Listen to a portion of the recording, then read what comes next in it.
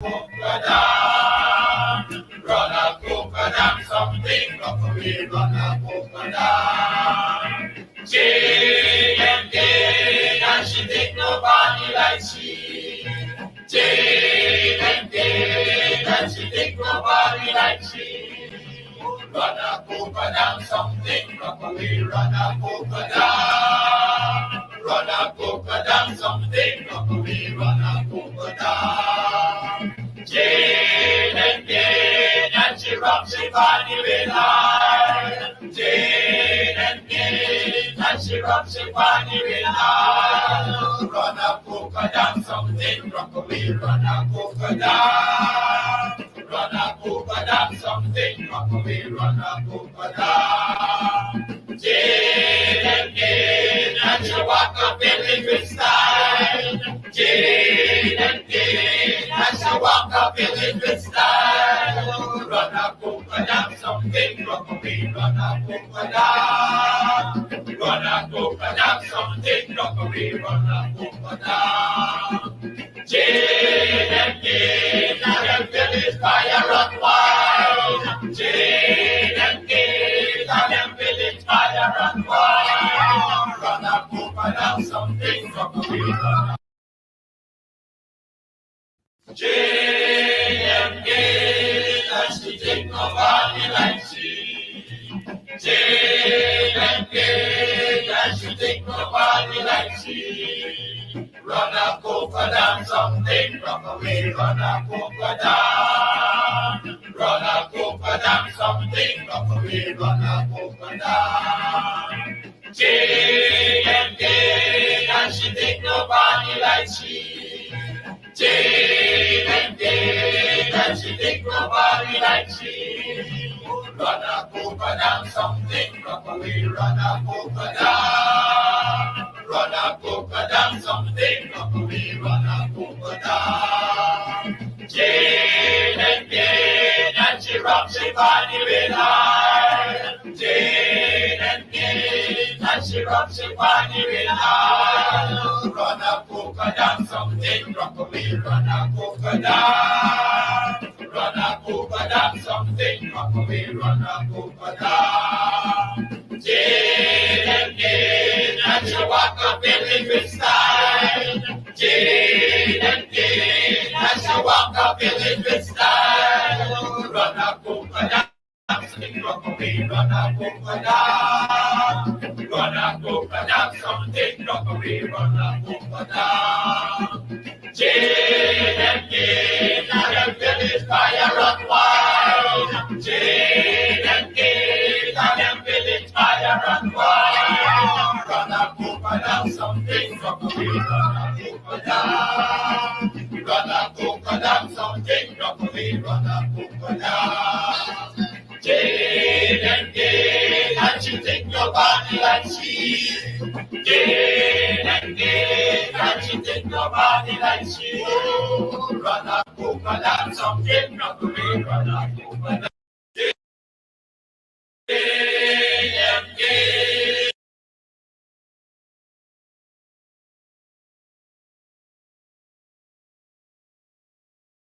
Hello, this is attorney Shellen Washington, owner and founder of the Washington Law Firm located at 455 Utica Avenue in Brooklyn, New York. We're specialized in medical malpractice, personal injuries, matrimonial law, and landlord and tenant. If you're in need of legal representation, please give us a call today. The number to call is 718-877-3100. Consultation is free at no cost to you. So call us today to see if we can be of any assistance to your legal needs. Again, the phone number to call us is 718-877-3100. If you are looking to have your statutory declaration, affidavit of income, identity, damage or lost passport, lost license, tenancy agreement, agreement of settlement, power of attorney, last will and testament, and certification of documents, then you need to visit the Alistair Collins firm, located at the Killian Mall, 162 Lamaha Street, in Georgetown between Camp and Waterloo Street. Alistair Collins is a commissioner of oaths and a justice of the peace. Make certain you visit him or call for more information at 649-6410 or 685-6448 or 503-1451. And there's adequate parking available. Go down to the Alistair Collins firm and have all of your legal issues settled and brought to the fore. Alistair Collins firm. Contact them at Alistair Collins firm.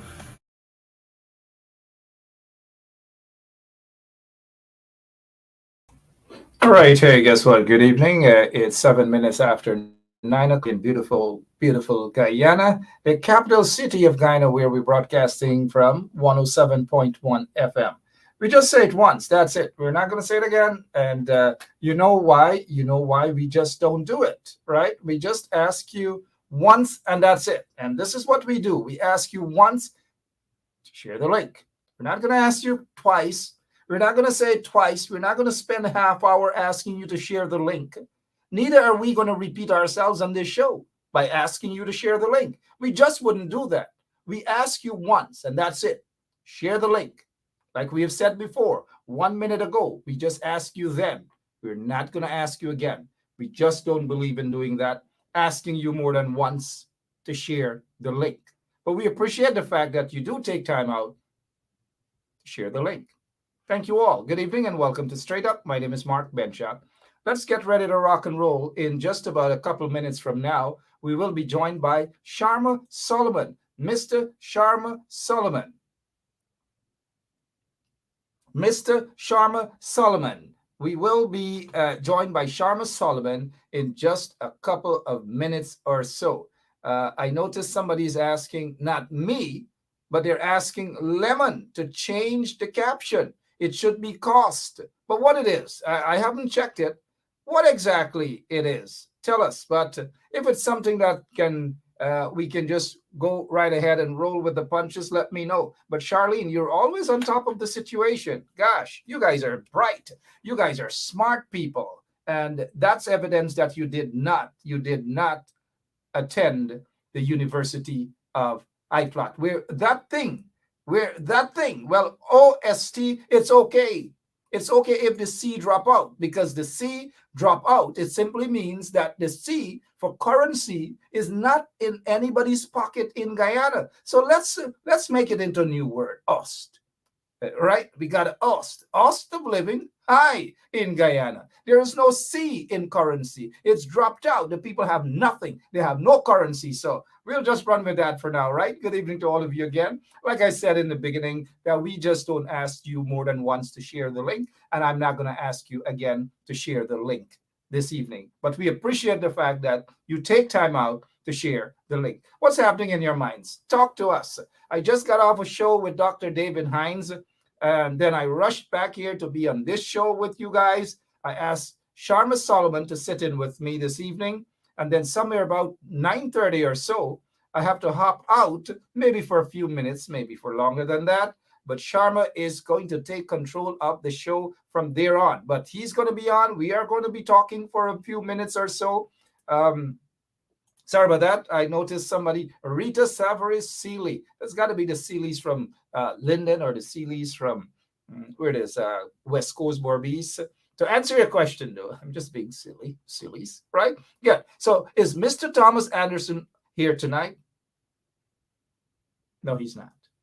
Mr. Thomas Anderson is not here tonight, but he will be sometime soon. You know, we oftentimes like to hear from him, right? So my apologies, Rita. But Mr. Sharma Solomon is here with us tonight, right? Yeah, so we will rock and roll with Sharma Solomon. We are going to be talking about the cost of living. The cost of living is very, very high. Unemployment all over the country. But yet these individuals who possess themselves as leaders are talking about job creation. There's no job. There's nothing. Absolutely nothing in the country. Don't be fooled, and do not allow them to fool you or to brainwash you with their propaganda. There's actually no job. But what they're doing, they're going about taking photographs and they're creating. Sometimes there's nothing really. Something that's called what is it? It's called part-time jobs. Part-time jobs. I don't know. Part-time jobs. What sort of part-time jobs? Catching shrimps? Catching hassa? Catching huri? Feeling for fish? Well, sorry. In the trenches, that is, right? Is that what they call part-time jobs? On the roadside selling sweetie and sugar cake and so forth? And now, don't get me wrong. Those are things that I know. Those are things that I've done. I've been in the trenches before, not just the political trenches. Feel for fish in the trench. Hassa, huri, tilapia, all these sort of things. I've done it. Hal Seine. How many of you know that? You don't know about Harling Seine and stuff. But I've done those stuff at Allen's Village. You know, you Hal Seine, you catch huri, you catch shrimps, all manner of things. You kick catamaran. Y'all don't think that because you see me sitting here with a tie and a shirt and all these things that I don't know about those sort of. Well, I do. Kick catamaran. All those things. Pick coconut. Ask J.R. Crawford. JR was a little soft boy back then. I was the tough guy, right? JR was a soft guy. He and Ryan, his brother, and they were soft. Good night to my friend JR Crawford. We're all friends from the villages, man. And we know as little boys, we just run around. We did a lot of stuff. While we await for Sharma Solomon to come in, I think once JR, they're missing a duck. I'm not going to say where that duck ended up, but JR had a plate full of that as well. So his parents couldn't beat everybody in the village. They got to beat JR and Ryan, but they were spoiled brats. So their parents weren't going to beat them at all. So we got by with that. Those are the fun days indeed. Again, good evening and welcome to Straight Up. My name is Mark Benshaw. I'm looking at some of your comments to see what are some of the things you want us to talk about. We know cost of living gone way up. Somebody's asking a good question here. Matthew, how you doing? Matthew Dennison. I believe Matthew is listening to this program all the way in Texas. Good evening to you, Matthew. And thank you so much for taking the time to tune in to this show and other shows that actually speak the truth. That is what we do here. We tell the truth, the whole truth, and nothing but the truth. 50,000 jobs, Matthew. 50,000. You know, in the US, we say Matthew. In Guyana, we say Machu, right? Machu. 50,000 jobs. They can't create 50,000 jobs. Where are they going to find 50,000 jobs? You know, is Air Finale going to cut his stomach and then open up the economy like that? Sorry, it might be a disaster. It's already a disaster. But there's no 50,000 jobs. It's fake. It's propaganda. That is what's about. It's about. Remember, they talked about free education at the university level, at UG, free education, and all these manner of things. Where is it? They talk about free up the weed. Every single thing. It's song bite. But now they're going to speed up. They're going to watch what they're going to do with this weed thing, right? What were they going to do with the 50,000 jobs? There's no 50,000 jobs, Aliyah. None whatsoever. Nothing whatsoever. It's a fraud. Remember this guy who sits there as the president, right? He got into office just prior to him, 19 fraud charges. Of course, you're going to say it's political, but it was never tested. They didn't want to go to court. They did every single thing to avoid an appearance in court. Why? Because of the evidence. They knew that the evidence, but as soon as they got installed, all those things they wiped out as quickly as possible. Quickly as possible. But they're not going to be so hasty in terms of ensuring that these folks who are being persecuted, oh yes, they are being persecuted every single time they turn up in court. The prosecutors/persecutors are not ready for the case. They're not ready. They're not ready. So these guys, look at them, innocent indeed. They're being made scapegoats by the PPP over some silly notion about some SOPs and this and that. It's none of that. If that was the case, trust me, the evidence would have already been presented in the court. There's no evidence. Nothing. None whatsoever. No evidence. Don't let them fool you guys. Just don't let them fool you guys, right?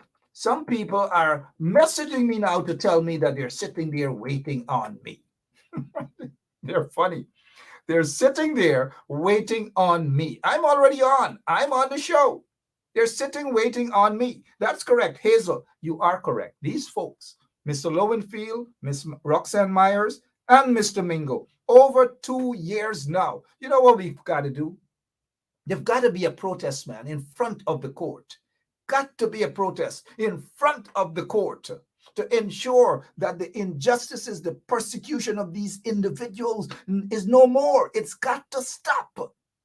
One way or the other, it's got to stop. And those magistrates who are aiding and abetting this injustice, this form of persecution against these individuals, it has got to stop. We have got to put a stop to it. Forget about the vagabonds, the Looney Tunes who oftentimes write and like to talk about rigged elections. That's all they can do, talk. They can talk about rigged elections. But where is the evidence?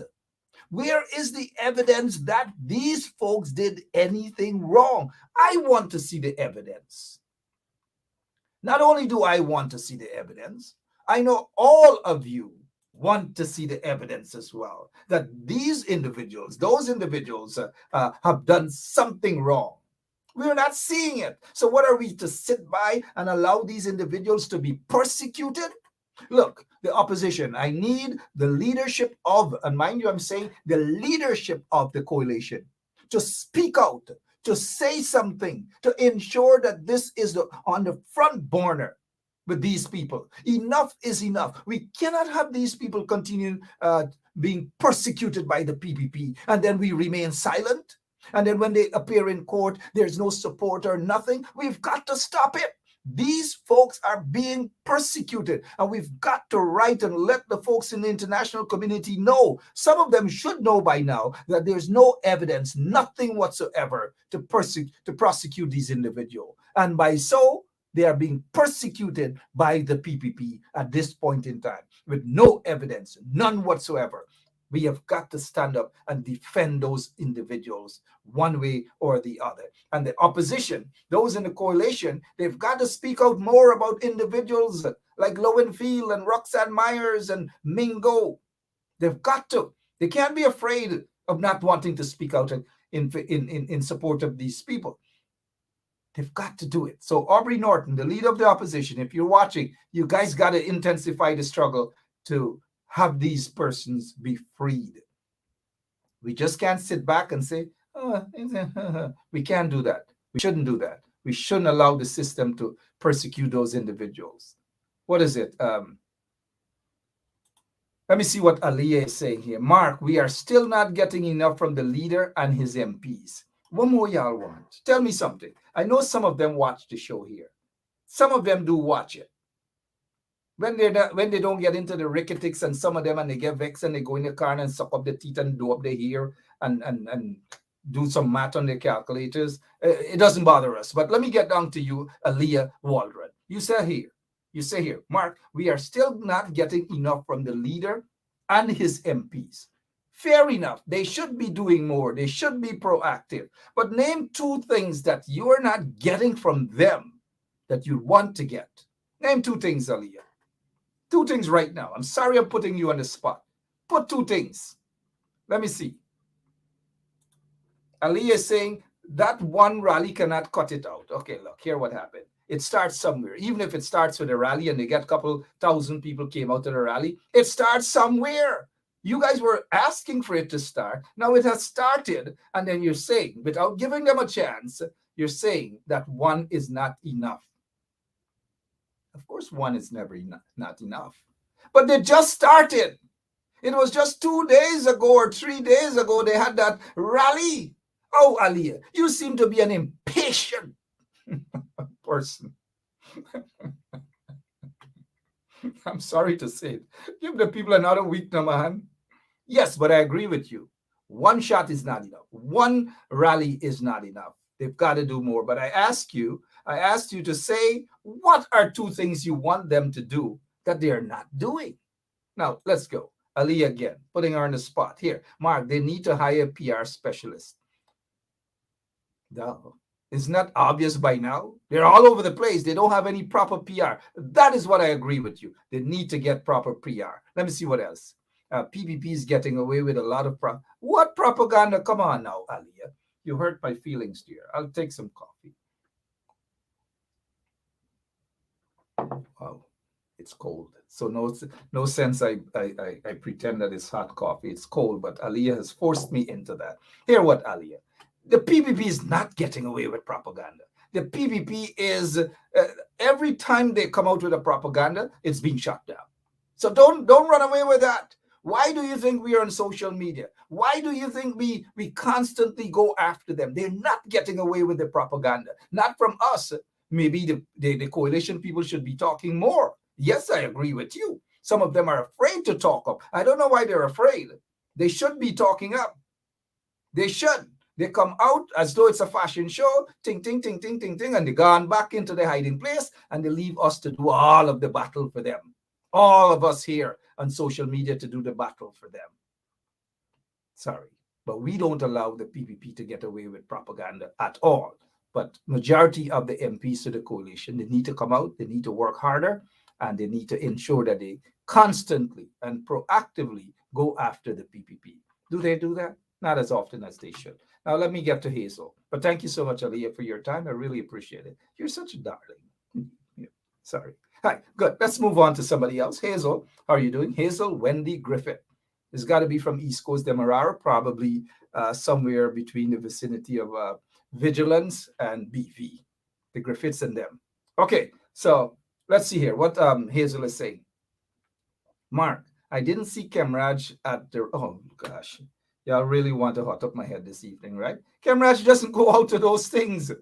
Kemraj ain't concerned about those things. Why y'all keep, look, y'all stay focused. Kemraj Ramjatan is not going to be at those things at all. It doesn't fit into his political agenda. It doesn't fit into his political agenda. And I'm going to repeat this. Going at these rallies and so forth doesn't fit into Kemraj Ramjatan's political agenda. Why y'all wasting y'all time because y'all didn't see Ramjatan here, y'all didn't see Ramjatan there? And, you know, some of the speakers should not be speaking, but then again, that's another story. But y'all ain't gonna see Ramjatan at those sort of things, man. But when Ramjatan turns up, y'all throw mala around your neck and all manner of things. But anyway, thanks for the observation. Ramjatan, if you're watching, good evening to you. The people want to see more of you. They want to see the fighting spirit. Did you guys see Cathy Hughes there? I don't know if Cathy was there, but Cathy is an MP. I don't know. I got to give Cathy a call to see what she's up to these days. I really do. And let me get to Barbara. I see Barbara is making a comment. Barbara, I appreciate the fact that you're asking people to share the live, but we just don't do that here at all. We don't ask people to share the live. We just ask them once and that's it. And so we're not going to ask people again to please share the live. We're not going to do that. But thank you, though, Barbara, for being so concerned. This is what we call unity. Barbara is asking people to share the live. Barbara said, and thank you so much, Barbara. Thank you so much. So somebody's saying that Cathy Hughes was there. If Cathy was there, okay, good. But y'all see, I wonder if that guy who cussed me out, David Patterson, I wonder if he was there.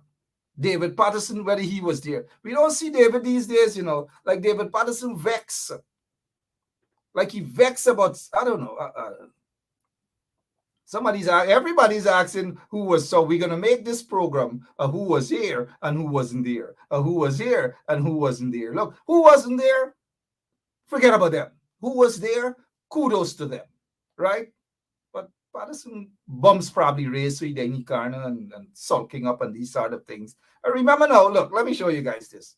When a political party is in power, then is when you're going to see all the people. You're going to know all who is who and who was PNC and who was part of the YSM and who was in national service and all these things. But now the coalition is no longer in power. All those people who enjoy sweetness and so forth, they're beat out. Where are they? They're in a corner and they're afraid to speak. They're not speaking up. They're not joining us. They're nothing. They're peeping. But you wait until the coalition gets back into office. And yes, the coalition will get back into office, right? Mark my word. The coalition will get back into office. Forget about Looney Tunes and all those other people who write and talk dotishness. The coalition will get back into office. And when the coalition get back into office, guess what? The real fighters who carry the struggle against the PPP will be kicked aside again, and all the loafers, those who were peeping and hiding, will rush in, and you're going to see them. You're going to see them pomposetting again. But that's okay. I'm not bothered about whether those who were the real fighters against the PPP kicked to the curb and so forth. I'm not bothered about that. I'm accustomed to being kicked to the curb, politically or otherwise. It doesn't bother me, right? I'm waiting on Sharma Solomon. Please, operator Lemon, can you get in touch with Mr. Sharma Solomon? Let him know that we need him, and let him know that I have to get going. I have another engagement. Mind you, I have another engagement. But look, what else we can talk? I'm giving you guys an opportunity to say what's on your mind, right? I'm not seeing Francine. There's a elderly lady from the Palms by the name of Francine. She's usually on with us, but I'm not seeing her tonight. I'm not seeing her tonight at all, right? Oh, mind you, I got let me see. Rameshchand Hansraj. Good evening to you. Look at, oh my gosh, I haven't seen this guy in a long time. Wait, what Rameshchan is saying? You are Putam. That's my friend. That's how he talks. You guys don't attack Ram. He's originally from Cam Street. They probably let him out from Cam Street. You know, they let him out from Cam Street. Hey, bye, me glad miss you, bye. Oh no, you come out from Cam Street. Yeah, he was one of the orderlies at Cam Street there, and I think he was in there for some. I'm not gonna talk, but he knows why he was in at Cam Street. But good to see you out. You spent some time in the library learning to read and write, but like a thing to walk by, you say you are Putam. You are Putam. You are Putam. Oh my gosh. Look, he's my friend. I'm not kidding you, from Cam Street. I got quite a few friends from Cam Street. He's one of them.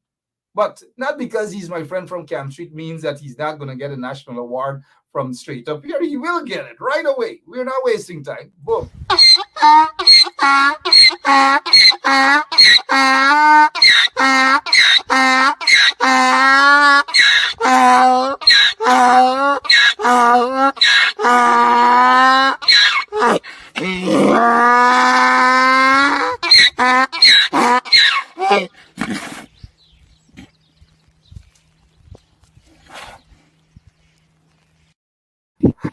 I'm sorry that I had to bring Mr. Solomon on under the circumstances. Mia Putam, you are Putam. Abi a Putam, you are Putam. Mia Putam, yeah, Mia Putam for truth. Anyways, glad to see that he is out of Camp Street. Let me say hi to Tony Noel. Keep the fire burning, so to speak, politically speaking. Save Guyana is watching and sharing. Thanks for sharing, Mr. Tony Noel. Thank you so much for sharing. Somebody's saying hi to Lemon here, but let's prepare though.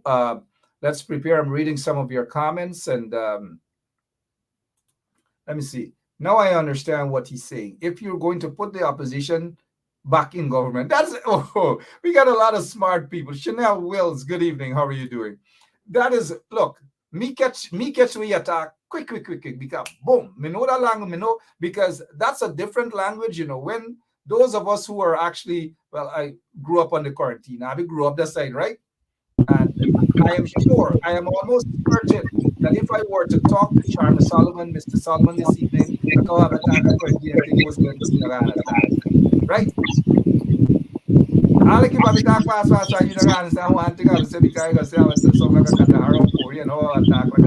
But that is Guyana.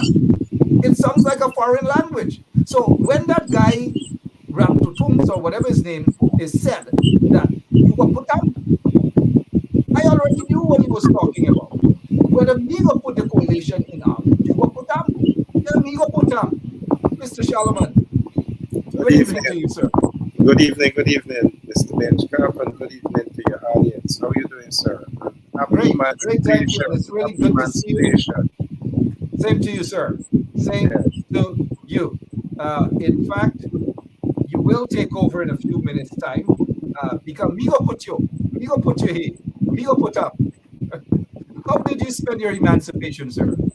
Quite well. God is good. I had the opportunity to spend it with family. I think as you look at what emancipation represented, and the movement started after emancipation, which was the village movement, the foundation of that was the family. So I think in keeping with tradition and our ancestors, it was good to have the opportunity to Let me spend that stop with you there for a family. moment. We like to engage our people. Sorry about that, Mr. Sharma Salman. We're getting a lot of kind of sound coming from you. I'm pretty sure the fan. There you go. You got torn them off, right? Torn them off.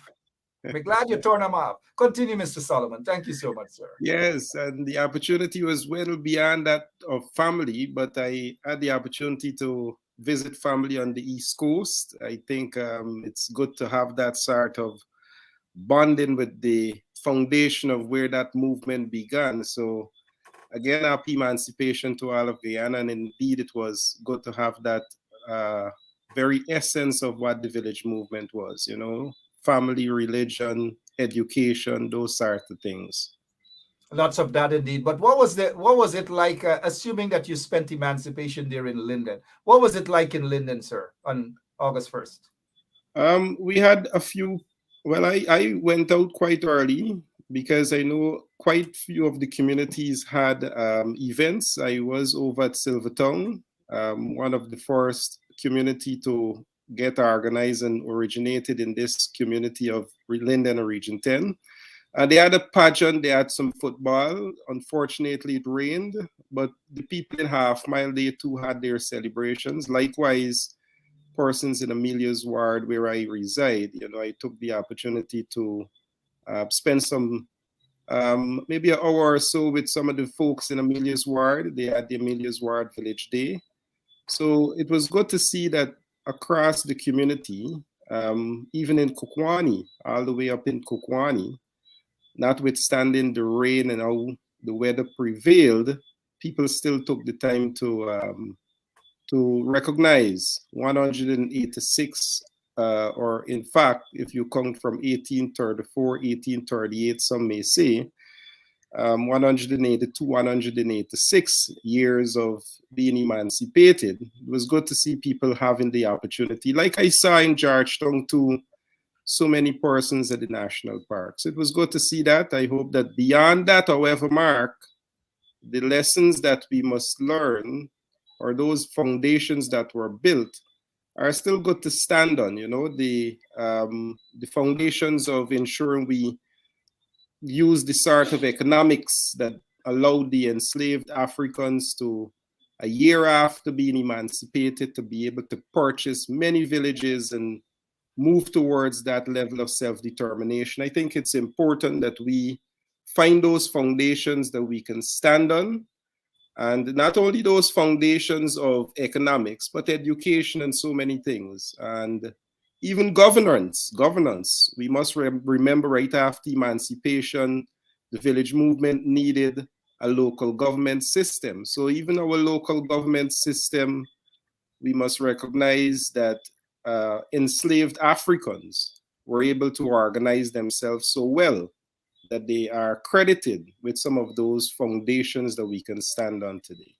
In fact, not just some of those foundations, but a lot of those foundations indeed. So let me say hi to some of the folks who sometimes they're excited to see a Sharma Solomon on.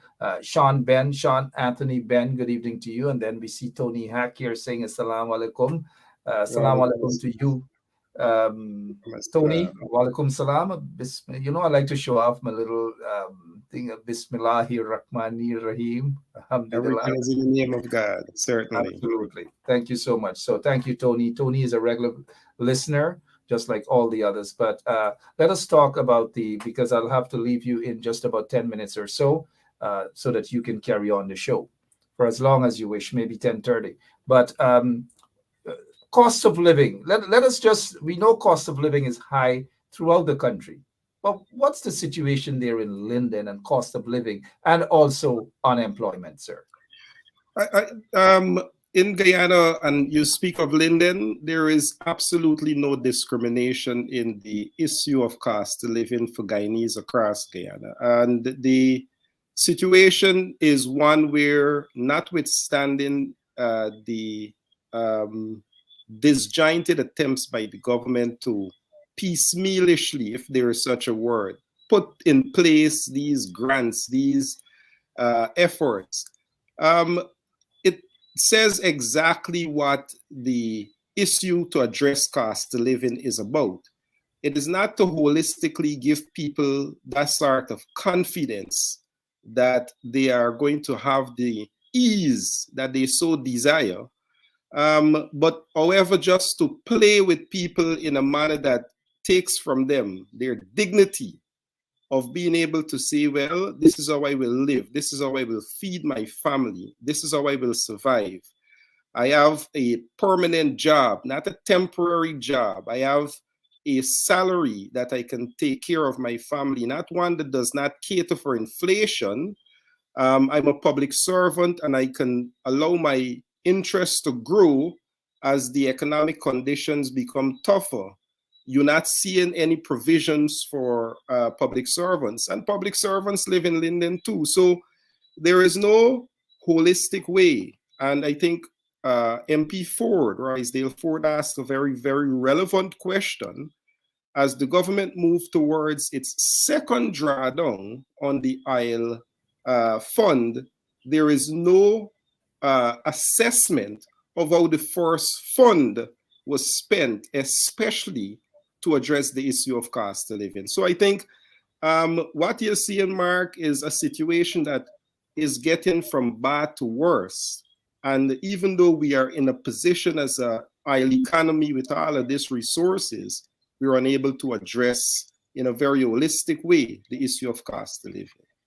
You know, and it's evident based on what I'm seeing and hearing, because, you know, I have lots of friends and relatives still up there in Linden, whether Ituni also or in Kokwani. The entire Region 10 seem to be in disarray from an economic standpoint.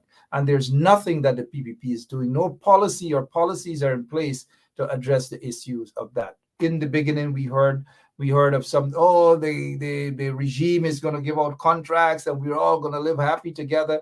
The soundbites coming from those individuals seem to have disappeared because they themselves probably are about to join the breadline. But what exactly are Lindeners and people from, by extension, Region 10 are planning on doing about this situation?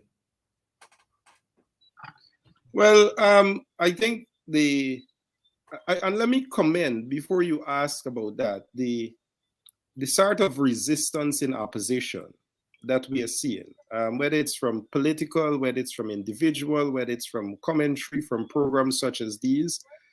It's very important that that sort of resistance to the way government behaves and believe that people will continue to accept that sort of treatment.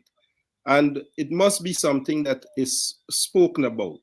So that the policies that you talk about, those policies are not one where it comes as handouts and it comes as insignificant, catering for the continued increase in cost of living and hardship that Guyanese face. But like in any community, the resistance is based on people's ability to withstand this sort of pressure. And I could first come to that point. It's significant pressure on people to want to resist because of the sort of victimization. I'll give you one, for example. A few weeks ago, we commemorated the 18th of July, and persons who are being paid the 10,000, the 40,000 grant are being told that if they are seen at the event, they will not be able to earn their salary. So that sort of intimidation is there to keep people from further resisting the sort of treatment and the way that Lindeners are dealing with the issue of cost of living and so many other things with regards to marginalization and the unequal distribution of the resources that we have in the state, especially this oil economy. So that in itself brings about the obstacle of seeing a lot more that you would like to see. But kudos to people like Apostle Nigel Landon I know the RDC, through its chairman, I know they continue to voice and sound their objection. But I'll say this to you, Mark. It is only so much that people can take and will be willing to take. That much I will say. I'm glad that you mentioned Apostle London. It seems to be carrying the fight there. Congratulations to Apostle London. I know I see that fighting spirit in him. And I know that people like you, Sharma Solomon, you have that fighting spirit still. You're still a young man. You're in your 20s or something like that still.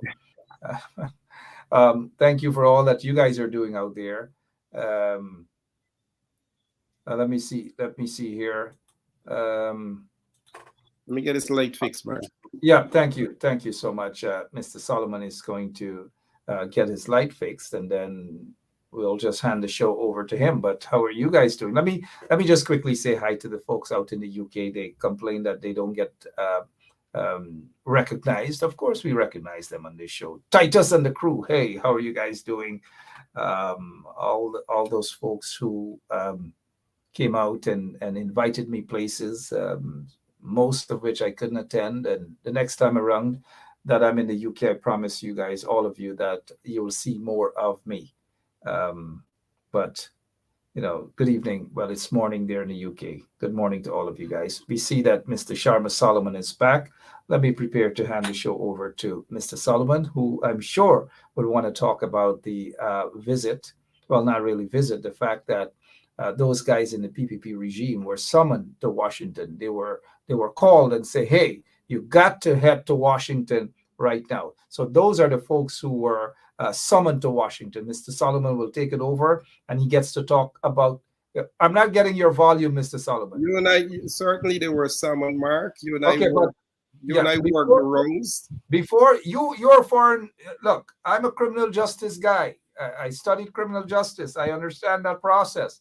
And your area is foreign. What is it?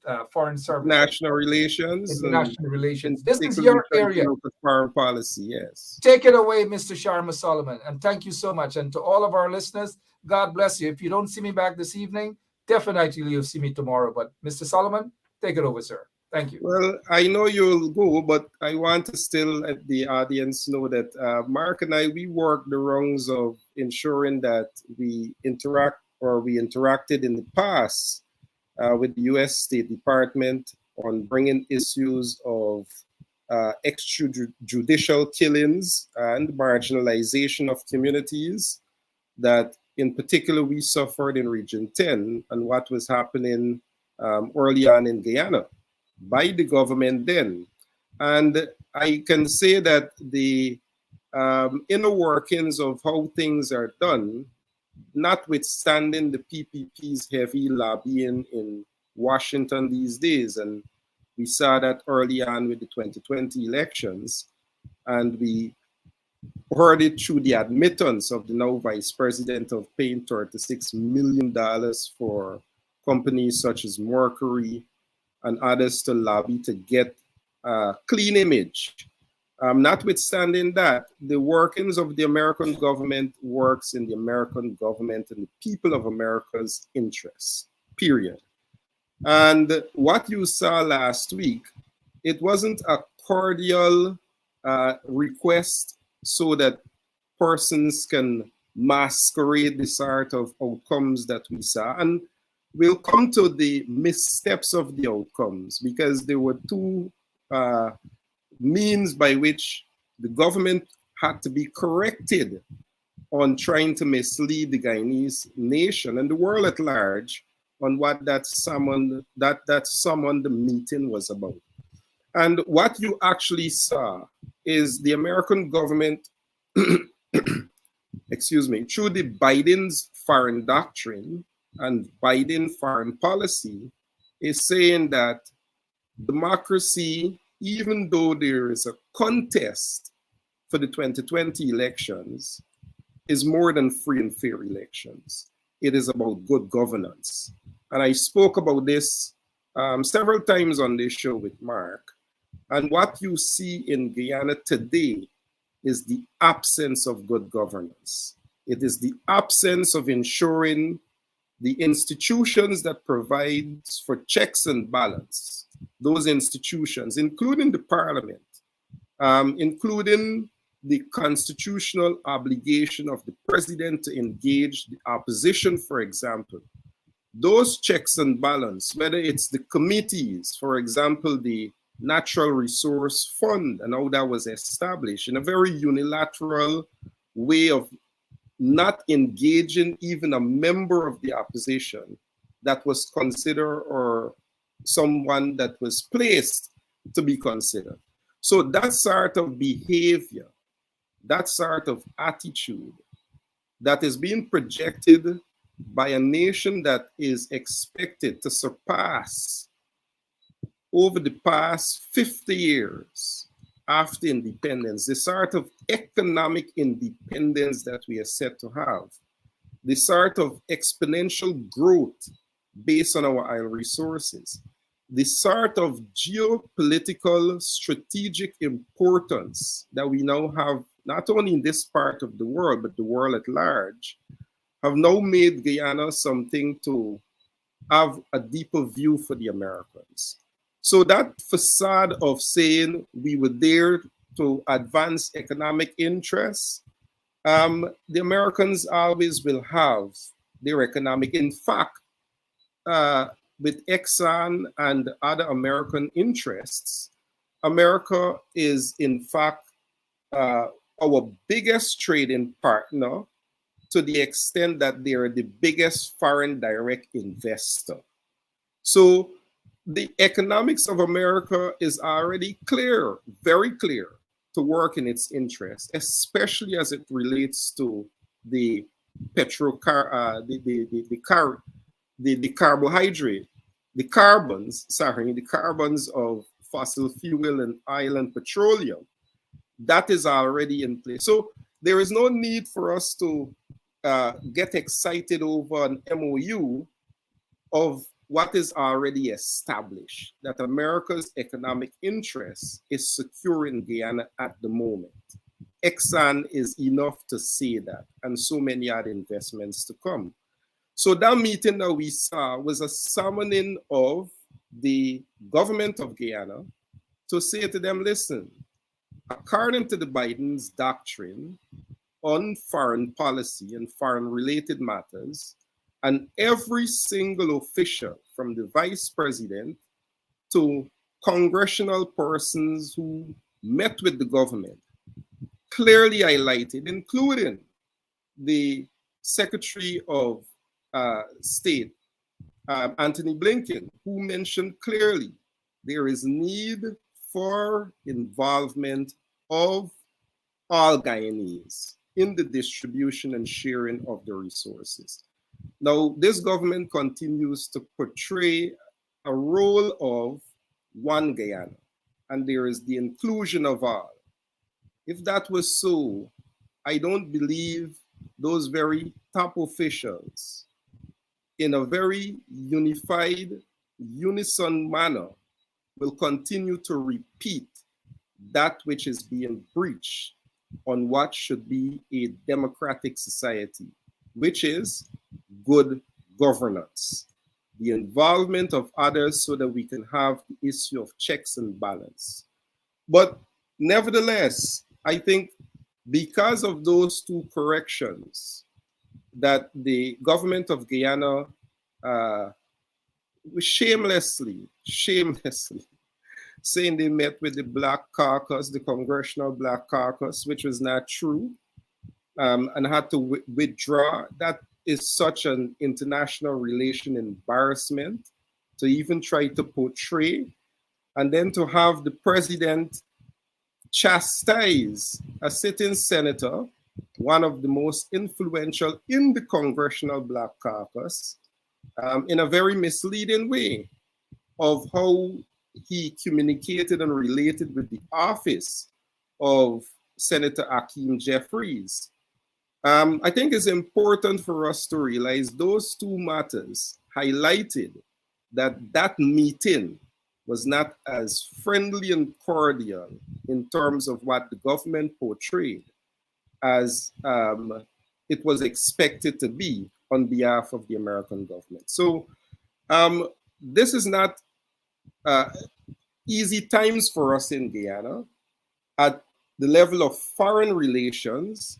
And it's good to see on the domestic side, there is some level of movement, or in fact, momentum of movement, not only by the opposition party, which is good to see this weekend, the anniversary of the 2020 elections and the change of government being highlighted, and being highlighted through one of the most fundamental things that we see affecting Guyanese, which would be that of cost of living, and so many others, extrajudicial killings. All of these things say that things are not kosher, things are not right. And I believe it is important that as we continue to inform on those two levels, we see that as Guyana is exposed internationally, we ask our international partners, those bilateral partners such as the US, and those multilateral partners such as CARICOM, to pay attention to the issue of governance in Guyana. But at the same time, it is important that domestically, we as Guyanese take the necessary actions. I spoke about intimidation of people wanting to speak, and the sort of control mechanisms in place to ensure that if you speak out against certain ills, you're likely to be victimized. We are celebrating 182 plus, 86 plus years, if you look at 1834, 1838 of emancipation. It is because of the unwillingness of slaves to endure the sort of oppression and the issue to move towards self-determination, thereafter emancipation, moving on the village movement, that we must continue to ensure that the government works for us and not against us. Least those struggles, those efforts that were made to ensure that we are not living in an oppressed society prevails. So it is very important, very important. I know Mark asked this evening that I sit in, and he would have participated in the conversation, but I hope that at the end of the discussion, and let me see how much more time I have, we can be able to take the lessons of emancipation, as I started with Mark earlier, and apply them to the sort of issues we are affected by today, and what it means to be in the state of self-determination. You imagine, Monday we celebrated emancipation. The mood of those who were enslaved today, Thursday, 4 days on, could not have escaped the sort of euphoria of freedom, of liberation. So though we had the 1st of August for some, 2022 went by a few days ago, what it represents in terms of emancipation is a moment and a mood that lasted far beyond one day. And even as we are on the 4th, 5th, 6 days, just think about how those enslaved Africans responded thereafter. 400 plus years of slavery, immediately 1839 to 1848, purchasing villages, moving in the spirit of self-determination, overcoming the adversities of ensuring that they're part of the decision-making process that will ensure that they live that sort of dignified life. It is no different from today. That as we move towards the economic independence of Guyana, this is our opportunity. No Guyanese should be left behind. Not because of corruption and greed, not because of the arrogance and selfishness of a few to exclude so many Guyanese from the patrimony of this state. You cannot give people handouts and say that it will address the issue of cost of living. You cannot give people piecemeal, disjointed policies and say that will give people the comfort and satisfaction that they need. $28,000 for pensioners, while inflation is 28+%. $28,000 for pensioners. $22 billion extracted from the consolidated fund a few weeks ago, and no provision for public servants. Absolutely no provision for teachers, nurses, our policemen, our soldiers, and those who work to turn the state's engine of development and growth.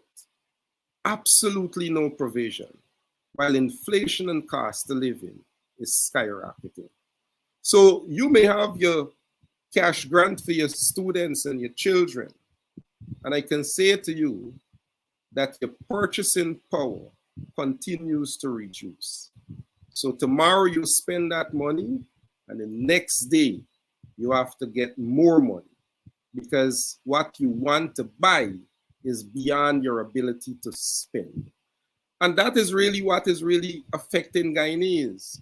And I believe that, like I said before, it is important not only on the international level that these things are highlighted, but domestic. Guyanese should ensure that we play a more involved role of calling these things out. As our ancestors, as the quest for emancipation and the road of the village movement demonstrated, that it is only through courage, persistence, and the quest for self-determination to be involved. We have our scope for self-determination in our Constitution, which is Article 13. It provides for decisions that are to be made that will impact and affect Guyanese, that we must be a part of those decisions, whether it's through our representation or by our own individual way. We must be a part of saying how the oil resources are distributed. We must be a part of ensuring that we are satisfied with the sort of oversight of spending. If those things are not in place, then we will continue to complain that cost of living is up. We will continue to complain our roads and our infrastructure. We'll continue to complain that our development, though we are seeing growth, we're not feeling development. We'll continue to complain. So and this is a side note, as I mentioned, infrastructure, you know, the roads and the image given of all of this development. So even though you're talking growth, even in that, there is a question mark because the infrastructure across Guyana is falling apart because of that lack of oversight. You look at the injection into different agencies and industries, even that is questionable because of lack of oversight. You saw only yesterday with Gaisuko. This is internal to Gaisuko. This is not an opposition. This is not a commentator assuming there is corruption. These are two senior principals of Gaisuko, one the vice chair, one its CEO, accusing the company and its management of corruption. Governance. lack of oversight. The Minister of Agriculture is spending, whether it was flood relief, whether it was crash grant, whether it's fishermen, and there is no oversight in terms of accountability. And here it is, the biggest subsidies that we are spending in the agricultural sector. Those involved in the business of managing Gaisuku are arguing with each other on the issue of corruption. And on that 22 billion that was drawn down from the consolidated fund a couple of weeks ago, a large amount went right into Gaisuku, 2 billion to be exact. So that is what you're dealing with when it comes to addressing cost of living, as opposed to what corruption allows for with no oversight while people are complaining about cost of living. All of those things can be properly spent, proper policies can be put in place to ensure that people can go to bed knowing that they can find a meal to feed their children before bed. And when they wake in the morning, they can stare their children in the faces and they can ensure that they give good providence for them. That is a very difficult thing to talk about these days for many households with regards to providing for their families.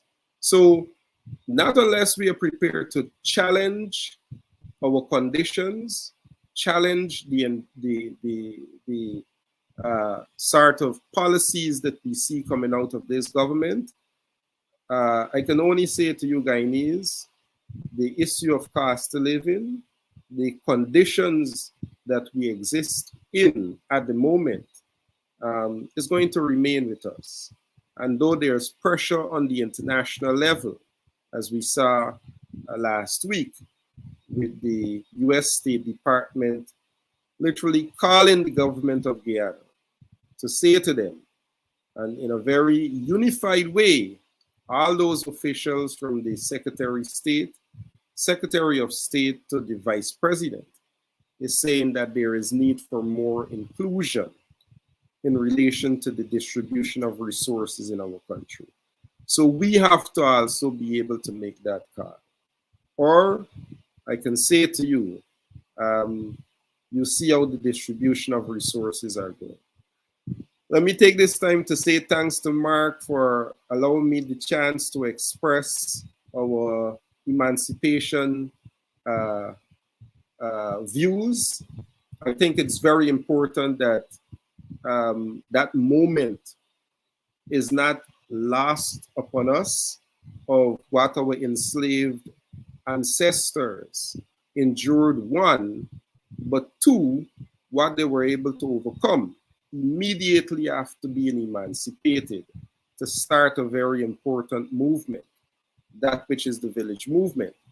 And the lessons on the foundations that they started that with, which we can learn and take forward in our quest for self-determination. So thank you this evening for having me on the program. I assure you that I am still working with Mark to develop some concepts for him, and I will be on Straight Up, God willing. Do have a blessed, pleasant rest of the evening. Good night.